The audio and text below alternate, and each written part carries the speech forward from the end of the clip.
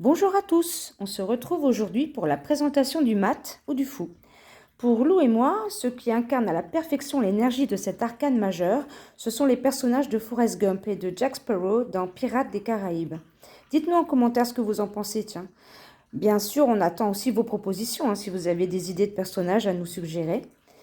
Alors, pour commencer, il est à noter que cette lame du fou ne comporte pas de numéro. On dit que c'est le vagabond du tarot. En ce qui concerne les mots-clés, pour interpréter cette carte, on peut retenir l'évolution, l'inconnu, les voyages, la marginalité, la liberté, et le génie et la folie, la frontière étant parfois très mince entre les deux. Au niveau des personnages, il incarne souvent un voyageur, un vagabond, un marginal, un original, un lanceur de mode. D'un point de vue psychologique, le mât est quelqu'un de plutôt impulsif, qui vit dans l'instant présent. Il est un peu tête en l'air, il a un grand besoin de liberté et de changement. Il est indépendant, voire individualiste. Il n'aime pas les obligations et il se détache facilement des valeurs matérielles. C'est une sorte d'électron libre, un marginal, un original, parfois farfelu, parfois un génie fou, quelqu'un d'innovateur. Lorsque dans un tirage, sa position est défavorable, le mât peut indiquer quelqu'un d'irresponsable, d'immature, éventuellement quelqu'un de fragile psychologiquement, ayant parfois du mal à se détacher des choses, notamment des choses du passé, des choses qui l'empêchent d'évoluer, ou ça peut être aussi quelqu'un qui préfère fuir ou abandonner.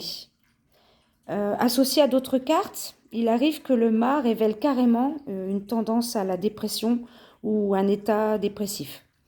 Toujours dans son aspect négatif, le fou mal placé dans un tirage peut vouloir montrer que l'impulsivité, l'extravagance, la marginalité peuvent être nuisibles. Pour interpréter au mieux le fou, il est intéressant d'observer sa position dans le tirage et de se poser les questions suivantes. Que quitte le mât? Qu'abandonne-t-il? Que fuit-il? Ce qui se trouve derrière lui, dans son dos, c'est son passé. Donc on peut penser que c'est quelque chose du passé. Qu'est-ce qui le pousse à agir? D'un point de vue favorable, le mat indiquera que les choses évoluent, qu'il y a un voyage, qu'il y a un élan vers l'inconnu, une mutation, pourquoi pas, que l'on retrouve sa liberté aussi.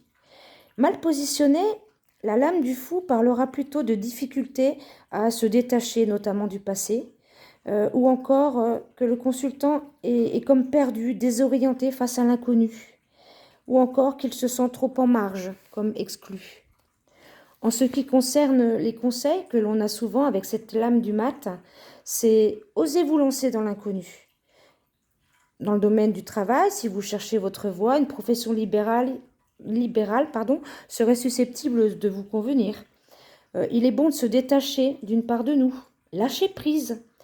Il est bon de savoir se détacher de certaines choses.